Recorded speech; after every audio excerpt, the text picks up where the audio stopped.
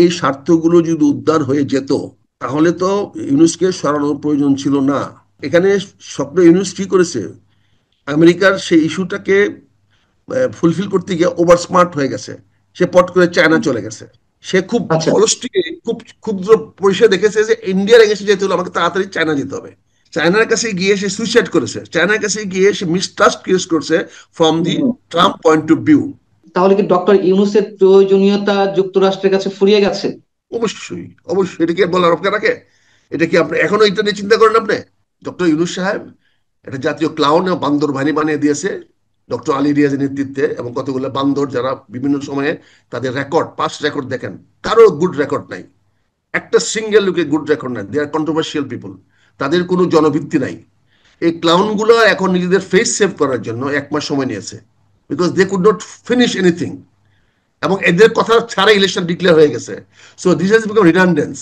সংস্কার আনবে 3 জন লোকে, বিএনপি, জামাত, এনসিপি। এর বাইরে সংস্কার আনে কেউ নাই। আর যদি সার্বজনীন করতে চান, সবার সঙ্গে নিতে চান, তাহলে সেখানে আওয়ামী লীগকে নিয়ে আসতে হবে। আমন্ত্রণ জানাচ্ছি প্রিয় দর্শক, মানচিত্রের নিয়মিত আয়োজন কথোপকথনে। আগামী ফেব্রুয়ারিতে একটা সম্ভাব্য তারিখ ঘোষিত হয়েছে। প্রধান উপদেষ্টার সাথে সাথে নির্বাচন কমিশনের পক্ষ থেকেও বলা হয়েছে যে প্রথমার্ধের দিকে নির্বাচন হতে পারে। কিন্তু তারপরও মানুষের মধ্যে এক ধরনের সংশয়, দ্বন্দ্ব, নানান বিষয় কাজ করছে যে আদৌ নির্বাচন হবে কিনা, কিংবা হলেও কতটুকু নিরপেক্ষ হবে। এবং একই সঙ্গে আমরা দেখলাম যে জাতীয় ঐকমত্য কমিশনে যে সংস্কার নিয়ে বৈঠকগুলো চলছিল, এখনো পর্যন্ত ঐকমত্য প্রতিষ্ঠা না হওয়ার কারণে সেটির মেয়াদ আরো এক্সটেনশন করা হয়েছে। আসলে সব মিলে কি হতে যাচ্ছে, এসব বিষয় নিয়ে আমরা কথা বলবো। এই বিষয়ে নানান মহল থেকে, নানান পর্যায় থেকে এমন একটি সংশয়, সন্দেহ উত্থাপিত হচ্ছে যে আদৌ বাংলাদেশে এই মুহূর্তে কোনো নির্বাচন হবে কিনা ডক্টর মোহাম্মদ ইউনূস সরকারের অধীনে। আপনিও কি একই সুরে সুর মিলাতে চান, নাকি আপনার কোনো ভিন্ন ব্যাখ্যা রয়েছে? ধন্যবাদ পান্না ভাই, ধন্যবাদ। আপনার অগণিত দর্শক শ্রোতাদেরকে সবাইকে সালাম জানাই, আসসালামু আলাইকুম। যে যেখানে আছেন ভালো থাকবেন, সুখে থাকবেন, শান্তিতে থাকবেন। আমার একটা নতুন পরিচয় সংযুক্ত হয়েছে, যেহেতু আমি কোনো দলভুক্ত নই। আমি একজন ক্ষুদ্র রাজনৈতিক ক্ষুদ্র কর্মী। না, আমার, সেটা তো সবসময় আছেন, সবাই জানেন, হ্যাঁ, সবাই জানেন। একজন রাজনৈতিক ক্ষুদ্র কর্মী, এটি এখন আমার মূল পরিচয়। এই জন্য বললেন না যে খুব আপনি ডিউটি থাকি কোন আমি। নতুন রাজনৈতিক দলে যুক্ত হয়েছেন? না, আমি রাজনৈতিক দলভুক্ত নই, কিন্তু রাজনৈতিক কর্মী। আচ্ছা, সেটা রাজনৈতিক তো আমরা দলের সবাই কর্মী। জানি। আমি আপনি শুধু রাজনৈতিক কর্মী দল, নন, আপনি সাবেক আমি, সংসদস্য বটে। না না, আমি এই যে রাজনৈতিক কর্মী, এই জন্য আমার পরিচয়টা একটু দেখেন। নির্বাচনটা নিয়ে আমাদের অনেক সন্দেহ ছিল। আমাদের সন্দেহ ছিল এই জন্য যে আমরা প্রথম থেকে ডক্টর ইউনূস সাহেবকে বিশ্বাস করি নাই, বা করার মতো সুযোগ ছিল না, বিভিন্ন কারণে। কারণ অতীতে ওনাকে আমরা আহ, আহ্বান জানানো হয়েছিল কেয়ারটেকার গভর্নমেন্ট আসার জন্য, কিন্তু উনি কোনো অবস্থাতে 5 বছরে কম সময়ে রাজি হন নাই।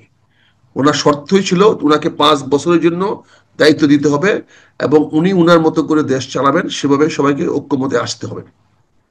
কাজে আমাদের ধারণা ছিল এবছরে উনি নিশ্চয়ই এর চেয়ে কম শর্তে রাজি হন নাই। এবং ওনার যে কথাবার্তা আমরা যে দেখেছি, সেখানে বোঝা গেল যে উনি একটা নির্দিষ্ট লক্ষ্য নিয়ে আসছেন। ফলে আমরা রাজনীতিক যে ছোট্ট কর্মী হিসাবে আমি ওনাকে বিশ্বাস করতে পারি নাই, ওনার উপর আস্থা রাখতে পারিনি এই জন্য যে যে ভদ্রলোক আগে 5 বছরে কম রাজি হলেন না, উনি এখন হঠাৎ করে রাজি হলেন কেন? আর তারা, উনি উনি বিপ্লবের পক্ষে শক্তি নন। উনি বিপ্লবকে এমন কোনো আমরা লক্ষ্য দেখে অনুপ্রাণিত করেছেন। হ্যাঁ, এনজিও হিসাবে হয়তো ওনার এনজিও মার্কিন যুক্তরাষ্ট্রের ভাগ বাটোয়ারা পাইতে পারে। তবে এখন উনি যেখানে বলটা এনে রেখেছেন, এখন এই খেলায় অংশগ্রহণ ছাড়া কোনো রাজনৈতিক দলের কাছে বিকল্প নাই। সে বলটা হলো নির্বাচনের মাঠে।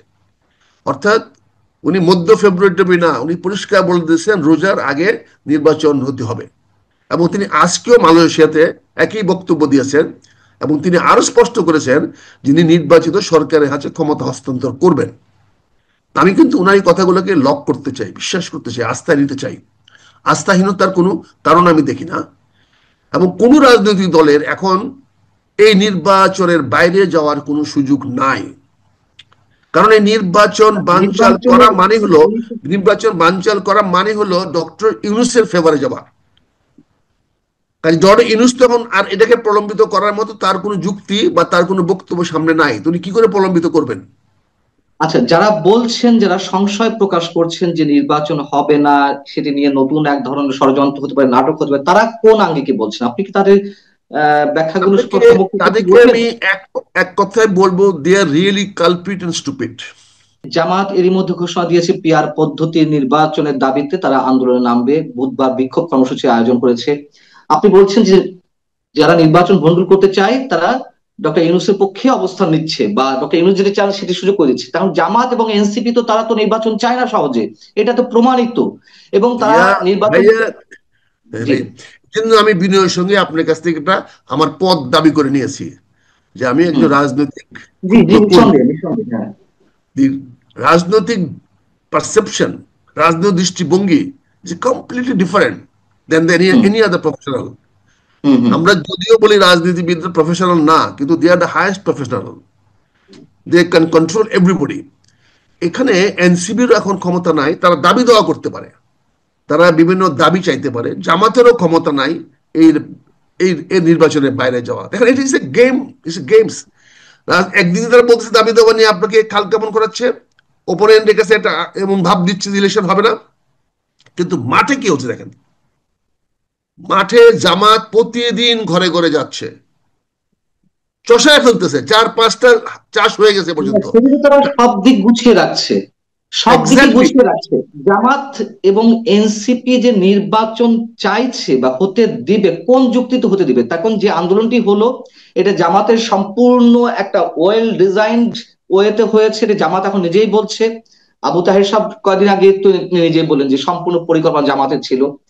এনসিপি এরকম একটি বিষয়কে সামনে নিয়ে এসে তারা রাজনীতিতে এসেছে, ক্ষমতার ভর কেন্দ্রে তারা আছে, এবং তারা যে বিভিন্ন দাবি দেওয়া ঐকমত্য কমিশনে জানিয়ে আসছে, ডক্টর মোহাম্মদ ইউনূসের কাছে জানিয়ে আসছে, এবং সমস্যা ছাড়া কোনো নির্বাচন নয়, সংস্কার বাংলাদেশে যেই ফরম্যাটে হওয়ার কথা তা আদৌ হবে না, এটি আমি একজন ক্ষুদ্র সংবাদকর্মী হিসেবে বিশ্বাস করি। এগুলো সব নাটকের একটা মঞ্চায়ন করা হচ্ছে।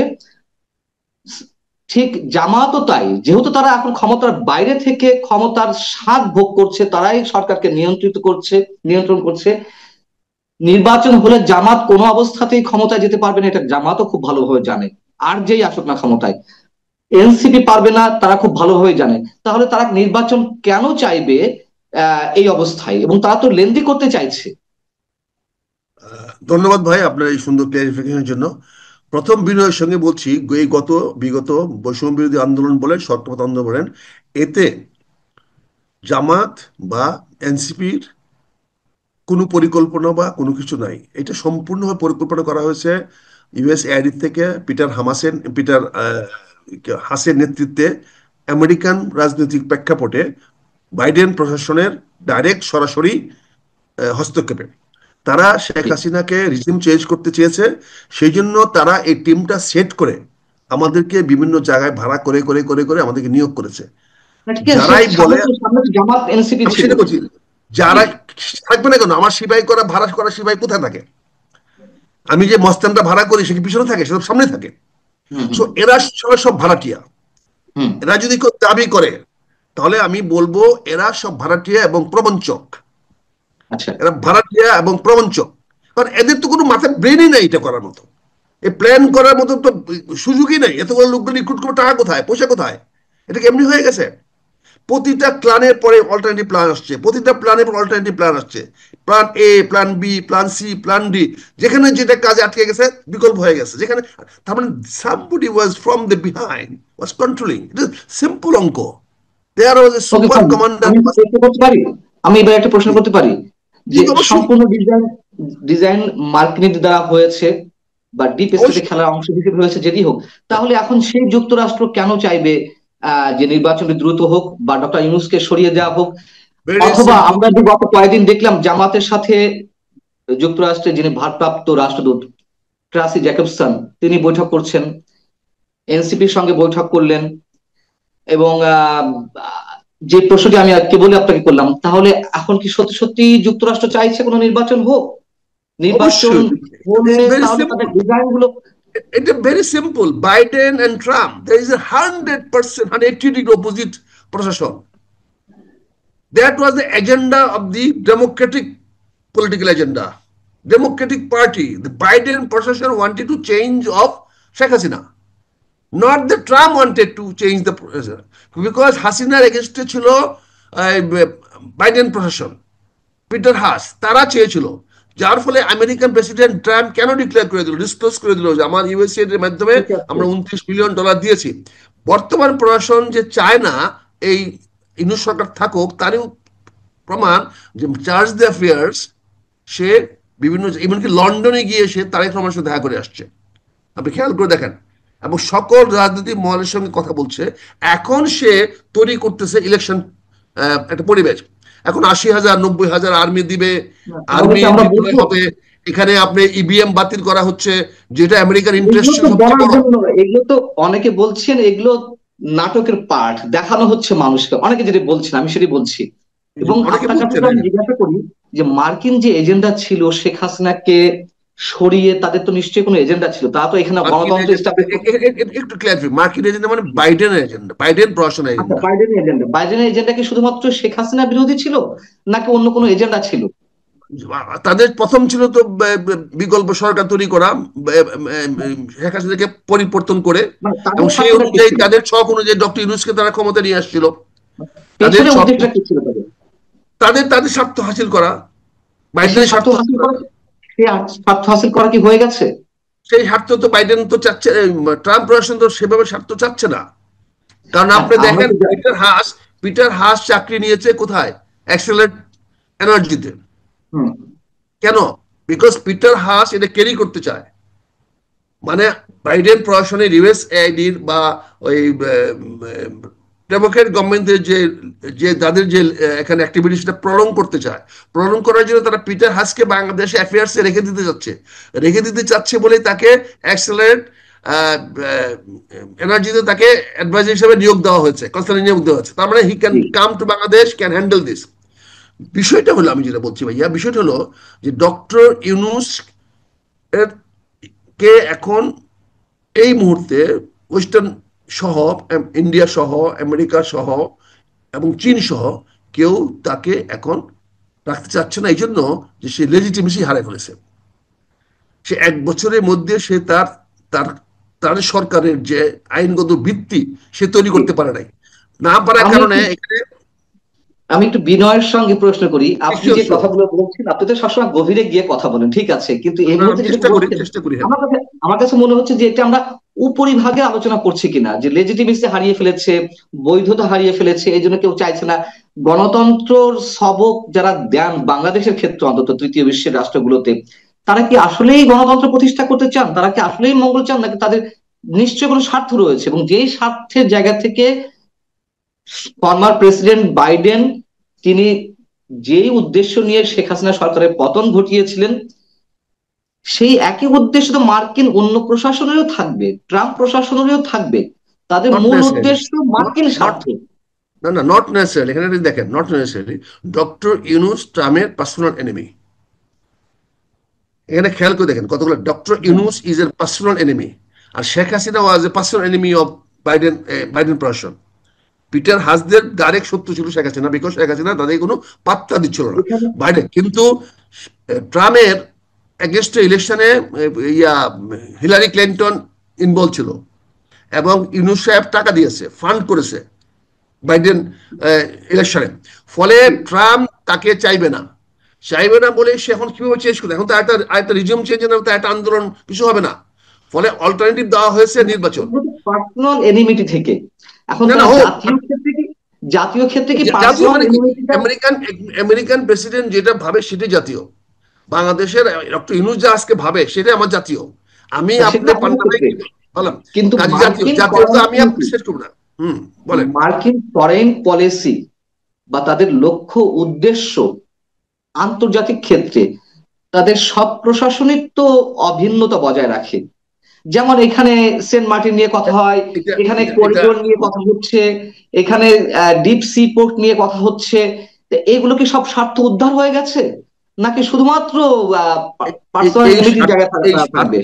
এই স্বার্থগুলো যদি উদ্ধার হয়ে যেত তাহলে তো ইউনূসকে সরানোর প্রয়োজন ছিল না। সরানো। এখানে ডক্টর ইউনূস কি করেছে, আমেরিকার সেই ইস্যুটাকে ফুলফিল করতে গিয়ে ওভার স্মার্ট হয়ে গেছে, সে পট করে চায়না চলে গেছে।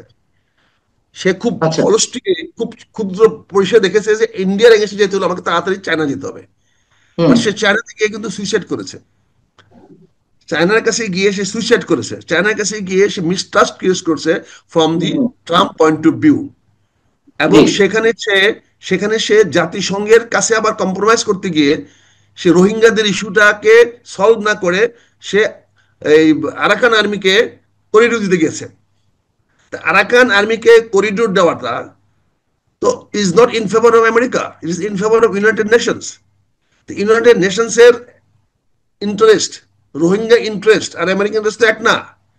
America is more interested to open a corridor with India through Mizoram, যাতে যে মিজোরামে বা যে অন্যান্য হুম, আপনি জানেন ইম্পল পর্যন্ত এখন Delhi to Imphal rail line হয়ে গেছে, এবং ইন্টারসিটি ট্রেন চলবে এবং গুডস ট্রেন চলবে। দিস ইজ গোয়িং টু 15 তারিখে, এই 15 আগস্টে তারা ওপেন করতেছে ইম্পলে, এবং one of the super hi-tech railway station and super hi-tech rail line, যেখানে জি। 38টা টানেল আছে, আমরা 38টা নালে আসে, 222টা ব্রিজ আছে। সেটা করে আজকে ফ্রম দিল্লি থেকে ইম্পলে তারা চলে যাচ্ছে 15 আগস্টে।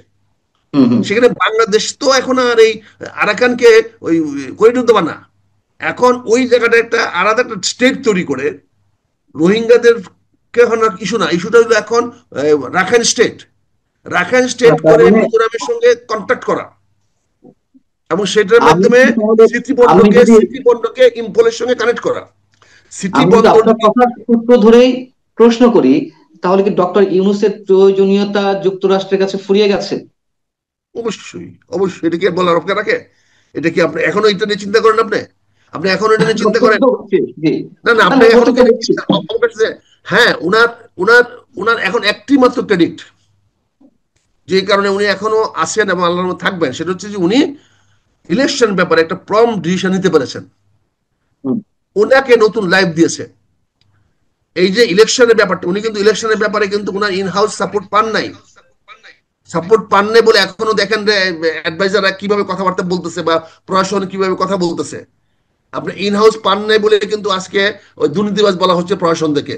ইন হাউস সাপোর্ট পান নাই বলে কিন্তু আজকে সরকারি কর্মচারীদেরকে ঢালাওভাবে দুর্নীতিবাজ বলা হচ্ছে। এবার এক দুর্নীতিবাজ কর্মচারী আরেক দুর্নীতিবাজ কর্মচারীকে দুর্নীতিবাজ বলতেছে অফিসার্স ক্লাবে বসে।